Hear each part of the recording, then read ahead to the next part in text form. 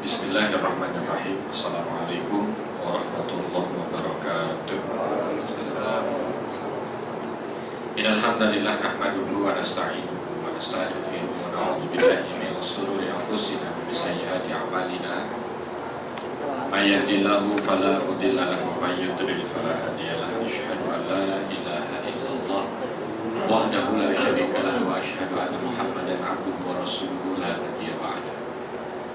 Allahumma salli wa sallim wa barik ala nabiyyina Muhammadin wa ala alihi wa ashabihi wa mawalahu wa Rabbi syrah li sadri wa yassir li amri wa hlul 'uqdatam min lisani yafqahu qawli. Allahumma allimna ma yanfa'una wanfa'na bima 'allamtana. Allahumma hdina wahdi bina waj'alna sababan wa sabilan liman ihtada. Segala puji hanya bagi Allah, salawat dan salam semoga selalu tercurah kepada junjungan kita Nabi besar Muhammad sallallahu alaihi wasallam. Sebelum kita lanjut, mungkin teman-teman boleh maju aja. Ada yang belakang biar untuk sholat jamaah ya. Nanti biar yang tidak pakai mengganggu kalau ada yang mau ke depan. Silakan. Ya. Alhamdulillah, sahabat sekalian yang dirahmati Allah. Allah Subhanahu wa Ta'ala perkenankan kita untuk kembali bersua dan berjumpa di tempat yang penuh dengan berkah ini, dan alhamdulillah sekarang sudah masuk di tanggal 28 Zulqa'dah, bulan di mana Allah Subhanahu wa Ta'ala jadikan bulan ini merupakan salah satu di antara bulan-bulan haram, dan mudah-mudahan bulan haram di mana Allah Subhanahu wa Ta'ala muliakan bulan tersebut, termasuk kita yang di dalamnya yang senantiasa melaksanakan berbagai macam amal soleh dimuliakan oleh Allah Subhanahu wa Ta'ala. Insyaallah sesuai dengan yang ditugaskan ke saya, kita akan mencoba membahas tentang beberapa golongan orang-orang yang mendapatkan naungan di saat nanti tidak ada lagi naungan kecuali naungan Allah Subhanahu wa Ta'ala. Dalam sebuah hadis sahih, mungkin di antara kita sudah mendengar sekaligus untuk mengulangi kembali. Di antara hadis Nabi Shallallahu Alaihi Wasallam yang diriwayatkan dari Abu Hurairah radhiyallahu anhu, bahwa Nabi Shallallahu Alaihi Wasallam menegaskan sab'atun yudhilluhumullahu fi dhillihi yauma la dhilla illa dhill. Akan ada 7 golongan di mana nanti di hari tersebut tidak ada 7 golongan yang akan Allah naungi, di mana di hari tersebut tidak ada lagi naungan kecuali naungan Allah Subhanahu. Tidak banyak ya, alhamdulillah. Ini merupakan bahagian daripada rahmat Allah Subhanahu wa Ta'ala. Ketika menyampaikan amalan-amalan soleh yang punya nilai luar biasa dan disampaikan di sini dengan jumlah yang tidak banyak. Bayangkan kalau disampaikan di situ ada 81 golongan, ada 102 golongan, ada 500 golongan, sulit. Tapi ternyata di sini Allah fokuskan pada hal yang jumlahnya mampu untuk kita capai. Nabi Shallallahu Alaihi Wasallam menegaskan sab'atun yudhilluhumullahu fi dhillihi yauma la dhilla illa dhill. Ada 7 golongan orang yang akan mendapatkan naungan di mana nanti di hari tersebut tidak ada lagi naungan kecuali naungan Allah Subhanahu wa Ta'ala. Maka sudah sepantasnya bagi kita untuk mengejar 7 ini. Maksud sih di antara 7 kita tidak ada. Karena nanti tidak ada lagi naungan yang akan Allah berikan kecuali hanya 7 golongan. Apa 7 golongan tersebut? Satu al-imamu adil atau imamun adil. Siapa dia? Imam yang adil. Imam ini umum ya. Imam itu diartikan, contoh kalau kita sholat 5 waktu, ada satu di antara sekian banyak orang yang akan menjadi imam. Apa itu imam? Pemimpin. Ketika seseorang itu mampu menjadi pemimpin dan dia adil ketika dia memimpin, maka dia termasuk orang yang akan mendapatkan naungan di hari yang tidak ada naungan kecuali naungan. Pemimpin itu tidak harus dalam skala besar. Pemimpin paling kecil, pemimpin rumah tangga. Kullukum ra'in wa kullukum mas'ulun an ra'iyatihi. Wa zauj, disampaikan oleh Nabi Shallallahu Alaihi Wasallam bahwa setiap kalian itu adalah pemimpin dan bertanggung jawab terhadap apa yang dipimpinnya. Wazauj, dan suami, bapak, ayah, bahasa kita, itu merupakan bahagian pemimpin yang memimpin keluarganya dan akan dimintai pertanggungjawabannya terhadap apa yang dia pimpin. Ini skala terkecil. Kalau di masyarakat nanti akan ada RT, RW, lurah, camat. Dalam keseharian kita ada pimpinan dengan berbagai macam strukturalnya di dalam perusahaan. Masjid itu juga termasuk bahagian pimpinannya. Bahkan ketika ada beberapa ulama yang mengatakan ini termasuk orang yang ketika dalam sebuah rombongan safar dia ditunjuk menjadi pemimpin dan dia mampu adil dalam memberikan kebaikan dan kebijaksanaan pada orang yang dipimpin, maka dia termasuk orang yang akan mendapatkan naungan di hari yang tidak ada naungan kecuali naungan Allah Subhanahu wa taala. Imamun adil. Ini harus menjadi concern kita karena tidak ada dari kita yang tidak menjadi pemimpin. Terkecilnya tadi keluarga, maka semua yang punya keluarga dan menjadi kepala rumah tangga, maka dia punya kesempatan untuk mendapatkan ini. Tapi ada kunci yang diikat oleh Allah di situ dengan kalimat adil. Apa itu adil? Adil ini lawannya zalim. Adil lawan katanya zalim. Bahasa kitanya kalau diartikan adil ini adalah ketika seseorang memberikan sesuatu, meletakkan sesuatu sesuai dengan haknya, itu adil. Jadi adil itu bukan sama. Ya. Adil itu adalah memberikan hak kepada seseorang sesuai dengan haknya. Maka termasuk bahagian daripada keadilan yang bisa dia tegakkan.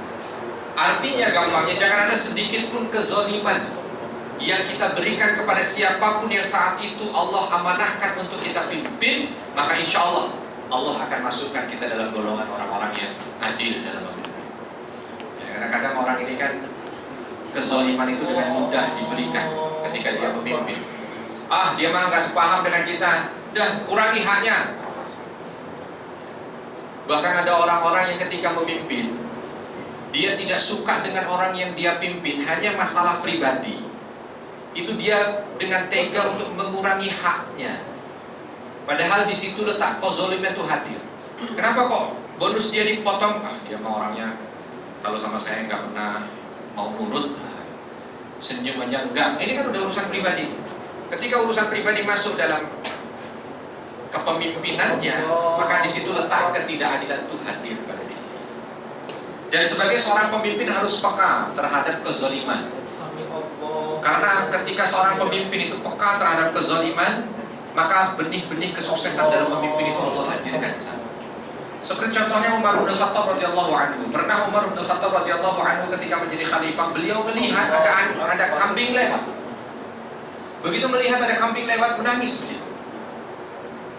Ketika menangis, sahabat yang ada di seputarannya pada kaget semua. Kenapa wahai Amirul Mukminin? Gak bisa menjawab, terus menangis, makin jadi nangis. Sampai ketika sudah mulai mereda tangisannya, baru beliau sedikit bisa menyampaikan, tidaklah membuat aku menangis kecuali melihat gambaran kambing yang lewat di depan. Kenapa kambing membuat Anda menangis? Aku saat ini Allah berikan kekuasaan untuk menjadi pemimpin. Beliau memimpin 10 tahun. Beliau mengatakan kalau ada anak kambing yang kakinya patah di Irak sana, Irak, Bapak Ibu ya, bukan di Madinah. Kali itu beliau memimpin di Madinah. Beliau mengatakan kalau ada anak kambing yang kakinya patah di Irak sana karena salah jalan masuk ke lubang, yang lubang itu disebabkan karena kelalaianku dalam memimpin sehingga ada jalan berlubang, lalu anak kambing itu lewat di situ dan patah kakinya, maka niscaya aku akan dimintai pertanggungjawabannya di hadapan Allah Subhanahu wa taala. Biasa. Sampai seperti itu. Maka wajar ketika Amirul Mukminin Umar bin Khattab radhiyallahu anhu menjadi khalifah kala itu, negeri Islam itu betul-betul makmur luar biasa. Kenapa? Karena beliau betul-betul menjaga kezaliman tidak masuk dalam kepemimpinan. Tidak ingin menyakiti orang, tidak ingin mendolimi orang, tidak ingin mengambil hak orang. Ini yang betul-betul harus senantiasa menjadi acuan bagi kita yang saat ini diberikan amanah oleh Allah untuk menjadi pemimpin apapun bentuk kepemimpinan yang Allah berikan pada kita. Ya. Termasuk ketika hal terkecil Allah jadikan kita sebagai kepala rumah tangga, itu pemimpin. Di kepala rumah tangga itu ada kemungkinan kita mendapatkan apa yang dijanjikan oleh Allah dan Rasulnya di sini untuk mendapatkan naungan di hari yang tidak ada naungan kecuali naungan Allah. Tapi ada kalanya juga disitulah letak kita dilemparkan karena kita tidak dapat naungan. Ada banyak para pemimpin itu yang ego. Dia tidak mampu untuk memberikan hak anggota keluarganya dengan baik. Padahal di setiap individu yang ada di rumah kita itu dia punya hak. Istri itu punya hak. Anak-anak kita punya hak. Yang terkadang karena keegoan kita merasa bahwa kita ini kepala rumah tangga yang sudah terbebani dengan capeknya mencari maisha ataupun nafkah di luar, sehingga pulang seolah kita ini sesuatu yang semua orang harus memenuhi hak kita tanpa kita memperhatikan hak mereka. Ini juga merupakan bagian ya, daripada yang harus kita cermati. Jangan sampai cerita yang banyak kita dengar itu terjadi pada rumah tangga kita. Hanya sekedar anak kita minta waktu agar kita mau meluangkan waktunya bermain dengan dia. Wah, kita merasa nggak ada waktu, bapak ini sibuk. Dan kita merasa bahwa ketika kita sibuk ini nyariin duit buat siapa sih? Buat dia. Wah, gitu kan. Ini kadang-kadang yang timbul dalam hati seorang pria atau suami. Capek saya ini nyari duit buat kamu. Padahal terkadang yang diminta oleh anak kita bukan hanya sekedar duitnya itu saja. Waktu di mana dia merasakan kasih sayang. Jangan sampai nanti ada anak yang ngumpulin duitnya, Pak, Papa digaji berapa di perusahaan? Oh, Papa gajinya tinggi di perusahaan 60 juta. Berarti seharinya berapa, Pak? Seharinya 2 juta Papa dibayar. Ngumpulin duit. Lalu dibayar sama anaknya, Pak, ini ada duit 2 juta buat Papa. Loh, kenapa dikasih ke Papa? Papa temenin adik untuk bisa main sehari. Subhanallah. Kadang-kadang itu tidak terasa gitu. Ada yang lain yang diminta oleh keluarga kita, yang merupakan hak mereka untuk mampu untuk kita luangkan, mampu untuk kita beri. Termasuk yang lain. Dan hati-hati dengan kepemimpinan orang yang ketika dia rasa bahwa dirinya tidak mampu untuk melaksanakan amanah kepemimpinan itu dengan baik, maka alangkah baiknya juga jangan mudah dia terima. Ini semuanya dia terima. RT boleh saya jadi RT-nya? Ada pemilihan RW, sekalian deh saya RW-nya. Bapak kan sudah RT, nggak apa-apa RT sekalian RW. Ada pemilihan lurah, dia ikut lagi, semuanya mau. Padahal dia punya batas yang kadang-kadang dari apa yang dia lakukan itu ada hak-hak orang yang terzalimi ya. Ini yang perlu diantisipasi dan diwaspadai. Satu, imamun adil. Imam yang adil, tidak ada kezaliman. Berat Ustaz, berat memang, karena memang pahalanya luar biasa. Allah akan naungi di hari yang tidak ada lagi naungan kecuali naungan Allah Subhanahu wa taala. Yang kedua, syabun nasya'a fi ibadatillah. Ada seorang pemuda yang dia itu tumbuh dan berkembang dengan ibadah kepada Allah. Syab, pemuda. Kita lihat sekarang karena ini urusannya adalah fase dalam kehidupan, maka ada term waktunya. Di dalam syariat, syab itu mulai dari kapan? Syab itu adalah kategori di mana orang itu mampu untuk menghidupi dirinya sendiri. Berarti di atas baligh. Karena baligh kadang-kadang orang kalau baligh diawali dari dia mimpi bagi seorang lelaki dan haid pertama bagi seorang wanita. Ini belum masuk kategori syab. Syab itu nanti di atasnya lagi, bukan hanya sekedar dia baligh, tapi dia sudah mampu menghidupi dirinya sendiri, mampu mencari harta sendiri, mampu untuk bekerja sendiri, mampu hidup mandiri keluar dari orang tua. Sampai kapan? Sampai qabla syaikhullah, sampai sebelum menjadi syekh orang tua. Syaikhullah itu kapan waktunya? Syaikhullah itu kurang lebih 70 tahun ya. Jadi kurang lebih antara orang, kalau masa kita ini masa di mana dia itu hidup usia 15 tahun sampai kurang lebih 70 tahun, hidupnya itu nasya'a fi ibadatillah, tumbuh kembang dengan beribadah kepada Allah Subhanahu wa taala. Ada yang mengecilkan kembali tidak sampai pada usia qabla syaikhullah, tidak sampai pada usia sebelum dia tua, tapi ada fase yang disebutkan oleh Nabi Shallallahu Alaihi Wasallam, fase qabla ba'dal murahaqah wa qabla syaikhullah. Jadi kurang lebih antara usia 20 sampai dengan usia 50. Itu termasuk bagian orang-orang yang disebut sebagai syab. Di usia seperti ini, hari-harinya dihiasi dengan ibadah kepada Allah, maka dia termasuk bahagian orang yang mendapatkan jaminan untuk dinaungi oleh Allah Subhanahu wa taala. Contoh seperti yang hadir di siang hari ini, banyak kemungkinan yang bisa dia kerjakan. Ya, lagi istirahat, bisa saja jalan ke mall, bisa saja mungkin dia isi dengan aktivitas yang lain. Tapi nggak tahu ada hati yang seolah menggerakkan dia datang sholat berjamaah, menggerakkan dia datang untuk pengajian. Nanti kalau ada apa lagi, ya.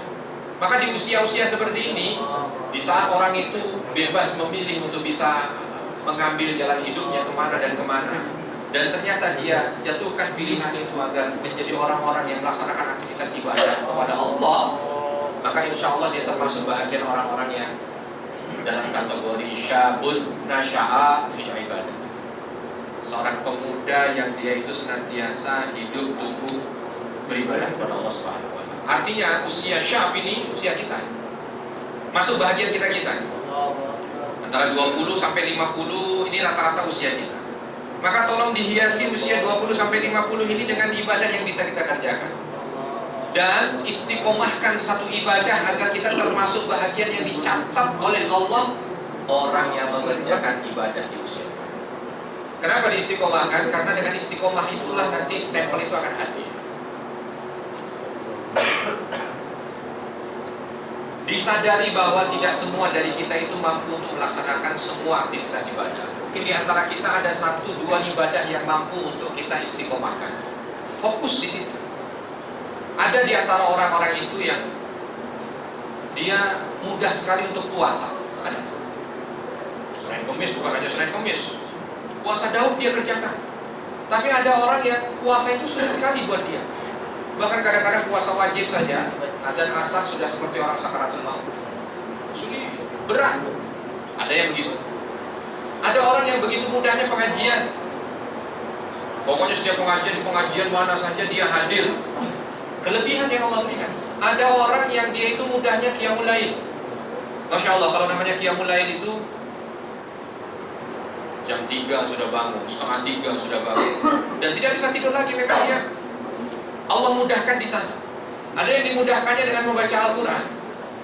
Ada 1 kesempatan, 2 kesempatan, tangannya ini begitu mudah untuk membuka mushafnya dan membaca. Ada yang mudahnya itu sedekah, nggak bisa lihat kotak infak kecuali dia keluarkan hartanya, dia sedekahkan. Macam-macam. Maka di mana letak yang kita rasa bahwa Allah mudahkan kita jalan yang menuju surga melalui pintu itu, istiqomahkan. Jangan sampai kita nggak ada yang kita istiqomahkan di masa muda. Puasa kadang-kadang, sholat malam bolong-bolong, sedekah kalau pas ada duit aja dia kiranya, pengajiannya kalau bertepatan aja pas lagi ada snack yang dibagikan setelah pengajian, silaturahmi juga ya kalau ada kesempatan dan lain sebagainya. Gak punya sesuatu yang mampu dia banggakan kepada Allah, takut gak dapat pintu ini. Maka supaya kita dapat pintu ini, coba cari satu yang mampu untuk kita istiqomahkan, dan itu mampu kita banggakan di hadapan Allah. Macam-macam, terserah apa. Ada orang yang luar biasa baktinya kepada orang tua. Pokoknya dia mewajibkan pada dirinya di saat orang tuanya yang sudah menginjak usia tua, semua dia cover. Apa yang diinginkan oleh orang tuanya, dia laksanakan dan penuhi. Mampunya di situ, jadikan itu sebagai tangga untuk menuju surga Allah agar mendapatkan predikat syabun nasya'a fi ibadah. Seorang pemuda yang mampu tumbuh dan berkembang dengan ibadah kepada Allah Subhanahu wa taala. Di sini tidak diminta setiap ibadah kita ya, seolah kita hanya sekedar tinggal di masjid saja. Ya, tidak ada aktivitas kerja yang bisa kita kerjakan, bukan orang-orang yang tinggal di masjid dari pagi sampai pagi lagi, sampai pagi lagi, sampai pagi lagi. Mereka lah yang disebut sebagai syabun nasya'a fi ibadatillah. Tidak. Tapi mereka yang mampu di usia mudanya itu, yang ada dalam pikirannya bukan hanya sekedar dunianya, tapi bagaimana dia berpikir untuk memiliki tabungan di akhiratnya. Dari situ dia mencoba untuk mengistiqomahkan 1-2 ibadah yang mampu dia kerjakan agar mampu dibanggakan di hadapan Allah. Syabun nasya'a fi ibadah. Yang ketiga, rajulun qalbuhu mu'allaqun bil masajid. Ada seseorang yang hatinya itu senantiasa bergantung pada masjid. bukan pengurus masjid, bukan hanya sekedar DKM masjid, bukan hanya sekedar orang yang tidur di masjid.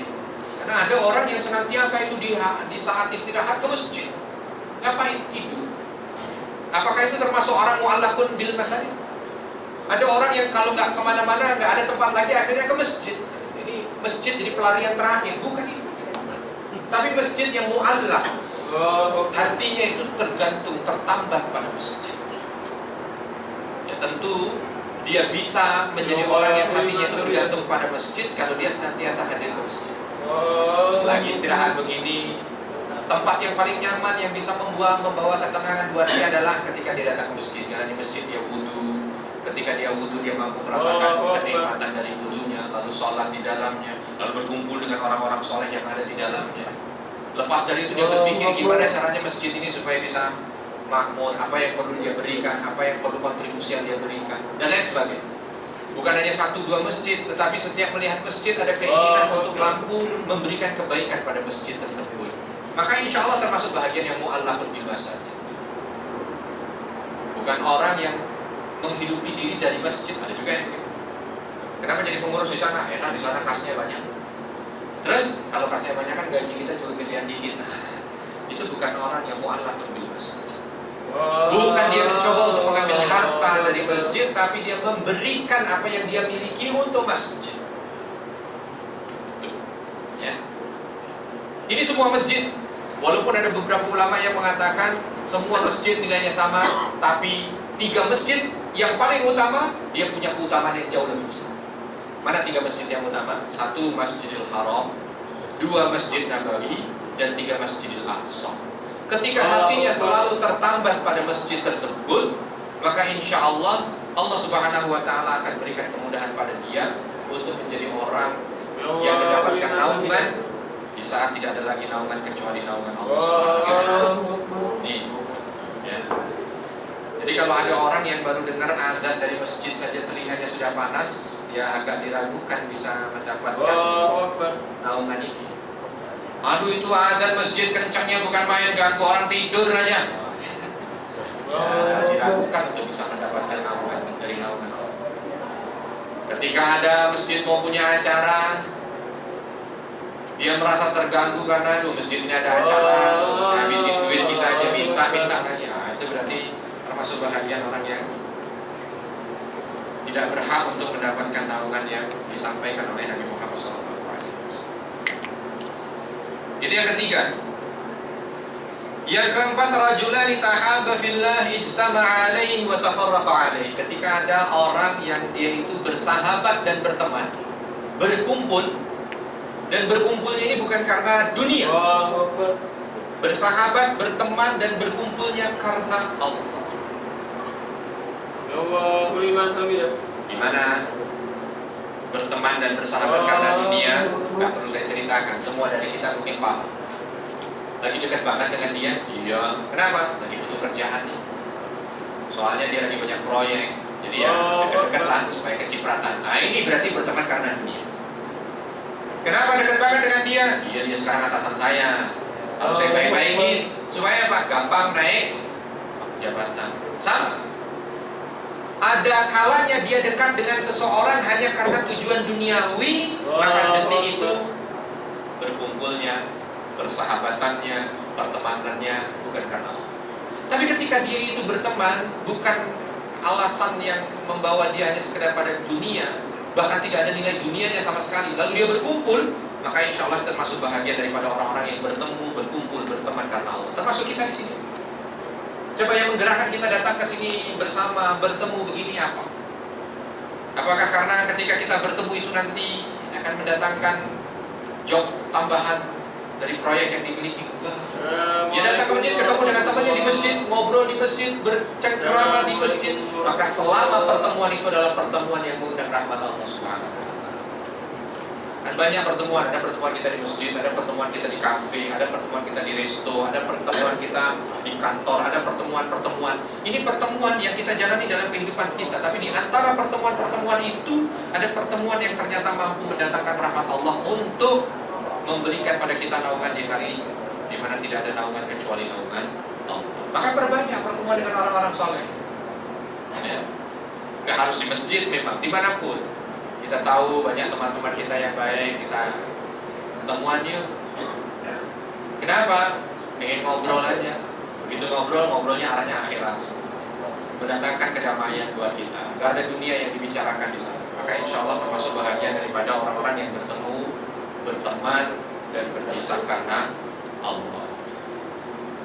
Kalau begini tidak ada istilah teman, tidak ada teman yang abadi, teman sesuai dengan kepentingan. Nah itu udah jelas bukan masuk kategori orang yang akan mendapatkan abadi. Karena ketika pertemanannya itu karena Allah, maka pertemanannya abadi, karena surga itu abadi. Karena kalau pertemanannya karena Allah, maka tidak akan berpengaruh pada dirinya kaitan dengan masalah dunia ataupun bukan dunia. Bahkan kadang-kadang pertemanan karena Allah ini ada kalanya dia tidak saling kenal, tetapi ketika pertama kali bertemu saja itu seolah sudah mengenal puluhan tahun. Salah satu contohnya ketika kita coba datang ke daerah-daerah yang Islam di sana minoritas. Sampai di satu daerah yang Islam minoritas, bertemu dengan mereka, apalagi kadang-kadang kalau mereka itu terjajah, terzalimi. Ya Allah, kita bertemu dengan dia saja, baru melihat wajahnya dan mengetahui keadaannya, kadang air mata kita itu menetes. Dia pun begitu, hanya melihat kita dengan senyumannya karena dia lihat kita datang dengan penuh keikhlasan ingin memberikan support pada mereka. Mereka juga meneteskan air mata. Pertemuan begini, pertemuan yang bisa mengundang rahmat Allah dari lapis langit itu. Kenal kita dengan dia? Tidak. Dia kenal dengan kita? Tidak. Tapi pertemuan ini pertemuan yang sudah seolah hati ini saling terpaut saja. Tahu bahwa kedatangannya itu untuk memberikan support kebaikan. Tahu juga bahwa yang datang itu orang-orang yang betul-betul membutuhkan support kebaikan. Maka bertemu. Ngobrolnya itu ngobrol yang mendatangkan rahmat. Ada orang-orang yang kadang-kadang begitu. Bukan orang yang dia itu saling mengenal, tetapi subhanallah hatinya yang membuat mereka saling mengenal. Sebaliknya ada orang yang sudah lama kenal, puluhan tahun kenal, tapi ketika bertemu ya biasa saja, tidak ada kenikmatan hati yang hadir di sana.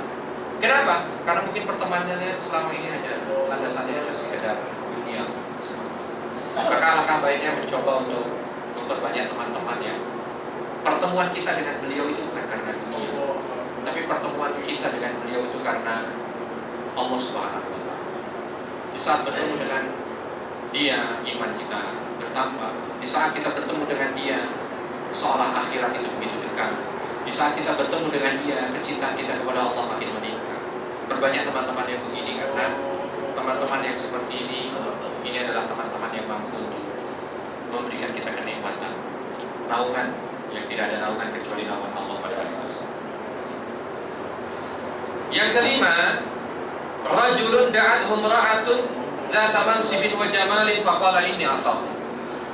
Adalah seseorang yang ketika di satu kesempatan ada seorang wanita cantik yang punya kedudukan memanggil dan menggoda dia untuk melakukan perbuatan zina, dan dia tolak, ini akhafu, saya takut kepada Allah.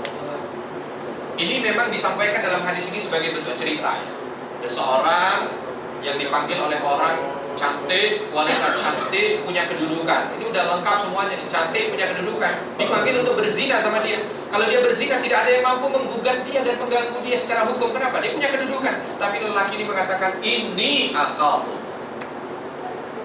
Tapi kalau kita ambil dalam keseharian kita, ini mungkin tidak banyak yang begini. Datang menggoda kita tidak banyak. Yang jauh lebih banyak adalah zina yang dilakukan oleh mata kita, zina yang dilakukan oleh telinga kita di saat orang lain tidak tahu.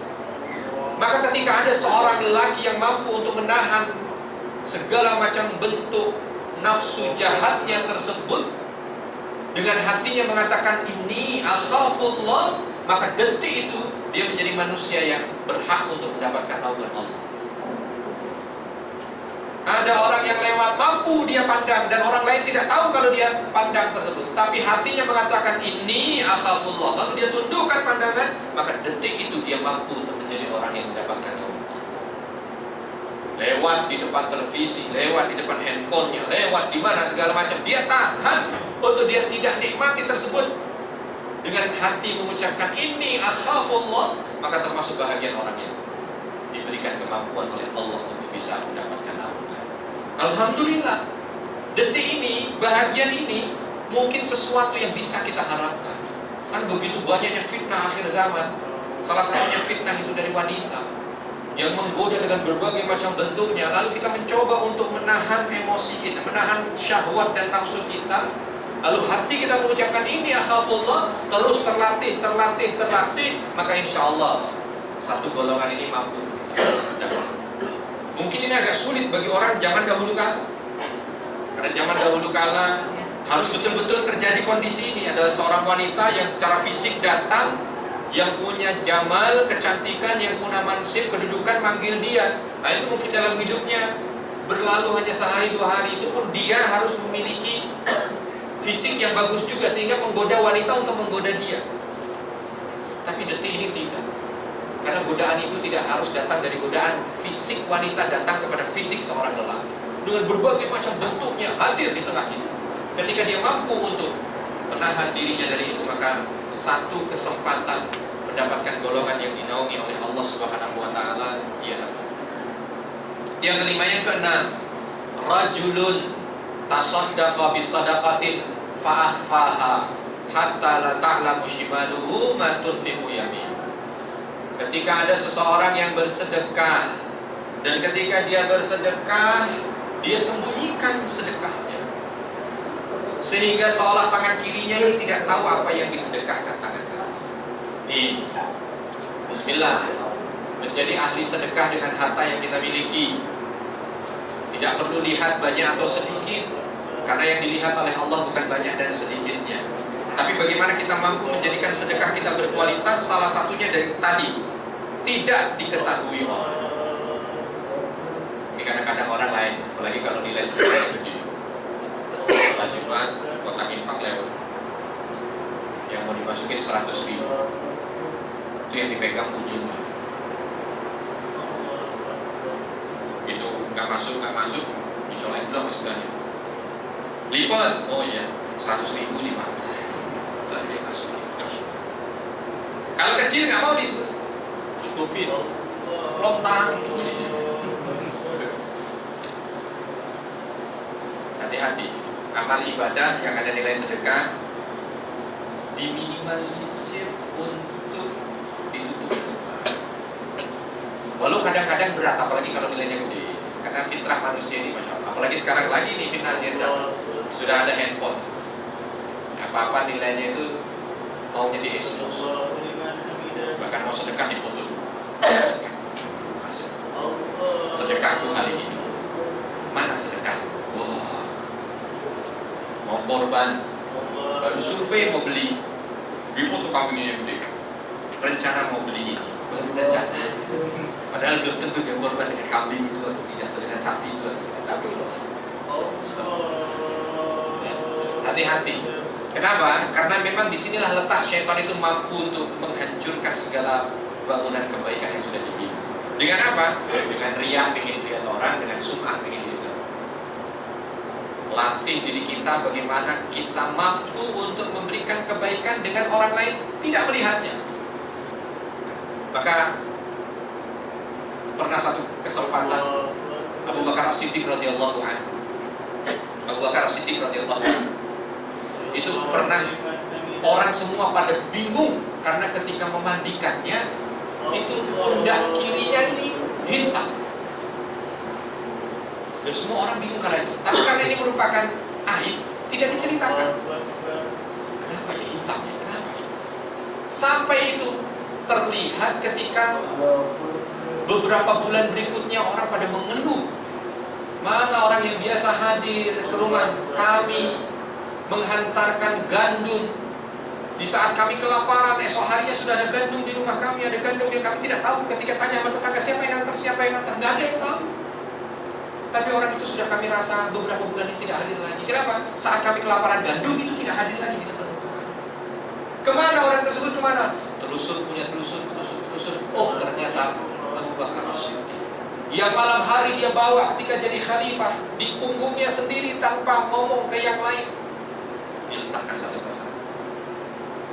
Dan itu ketahuan setelah Subhanallah. Di Di saat orang sekarang Masya Allah berlomba agar apa yang dia berikan itu dilihat oleh Allah. Hatinya terjaga.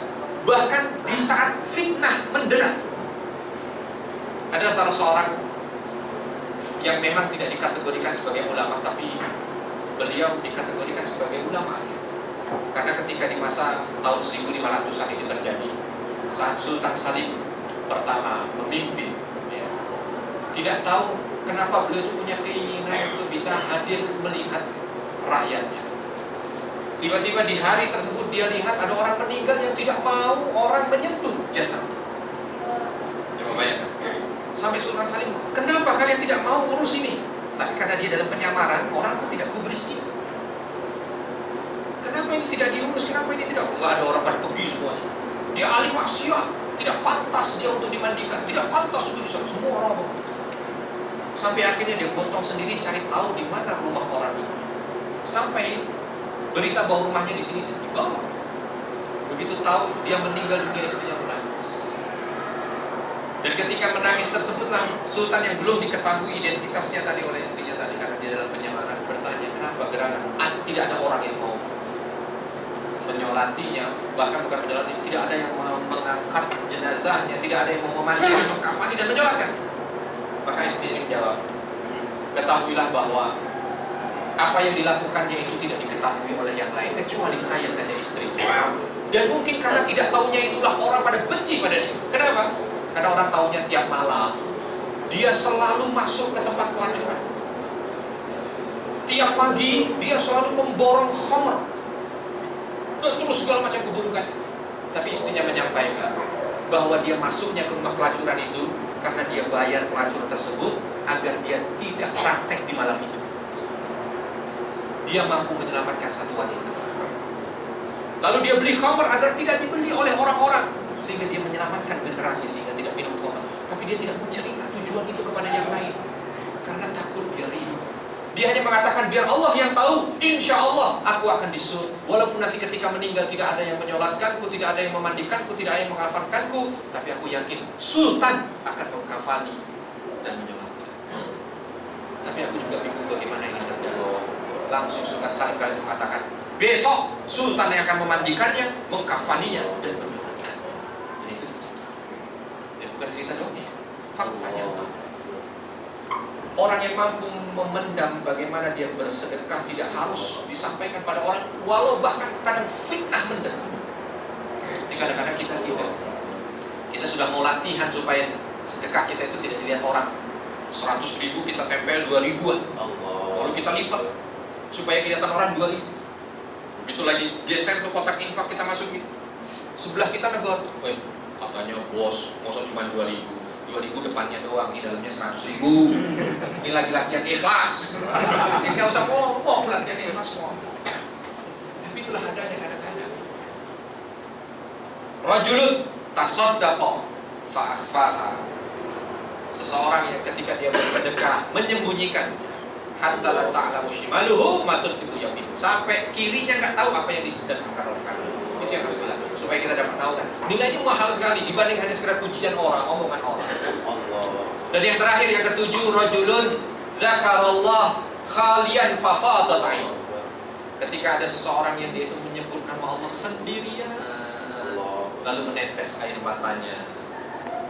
Menetes air matanya tanpa diketahui oleh orang lain. Macam-macam bentuknya. Menetes air mata karena dia teringat begitu banyak dosanya sehingga dia takut Allah tidak ampuni, termasuk bahagian orang yang dapat naungan.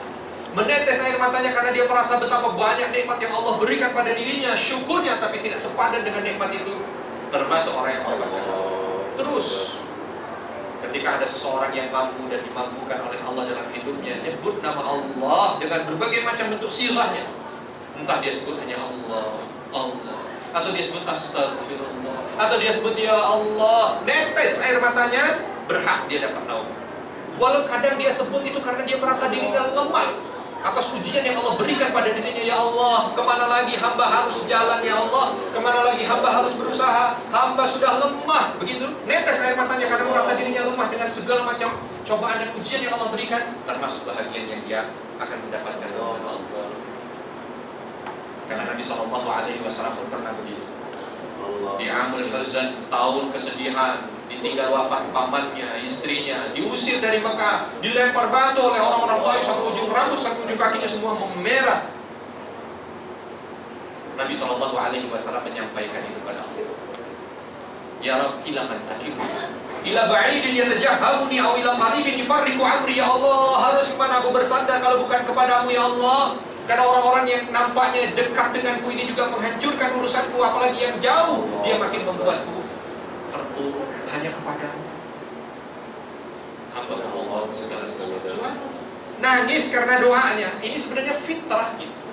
Tapi ternyata yang seperti ini pun juga akan mendapatkan naungan di hari yang tidak ada naungan kecuali naungan Allah Subhanahu wa Ta'ala. Mudah-mudahan 7 poin yang tidak sedikit ini mampu untuk menjadi bahagian acuan dari kita. Di sisa umur kita ini kita fokus untuk bisa mendapatkannya. Imam yang adil, yang pertama tadi kita sebutkan. Yang kedua, apa tadi? Setelah imam yang adil, apa tadi yang kedua? Pemuda yang tumbuh kembang dengan ibadah kepada Allah, usia pemuda 20 sampai 50 insya Allah kita masuk. Yang ketiga, seorang yang hatinya itu bergantung pada masjid, senantiasa kedamaian itu hadir ketika dia datang ke masjid. Yang keempat adalah ketika ada seseorang yang dia itu dipanggil oleh wanita dan lain sebagainya, tapi dia mampu untuk menolaknya dan menyebutnya bahwa dia takut kepada Allah, ini juga dapat. Yang kelima, orang yang bertemu dan berkumpul karena Allah, berpisah karena Allah. Yang keenam, orang sedekah dengan sedekahnya seolah tangan kirinya tidak tahu apa yang dia masukkan, karena dia mampu untuk menahan berita agar orang lain itu tidak mengetahui apa yang dia sedekahkan. Dan yang terakhir adalah ketika seorang hamba diberikan kemampuan oleh Allah untuk menyebut namanya dan dia meneteskan air mata saat menyebut asma.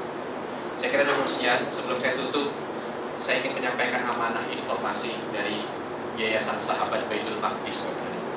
Alhamdulillah sudah 19 kali saya datang ke Masjidil Aqsa, dan alhamdulillah sudah 8 bulan kami punya usaha air minum Babai dan beras Hadinah, air minum mineral dalam kemasan dan beras yang keuntungannya 8 bulan beroperasi sudah sekitar 152 juta rupiah yang kami berikan untuk Masjidil Aqsa dan sahabat-sahabat yang tinggal di Baitul Maqdis yang membutuhkan.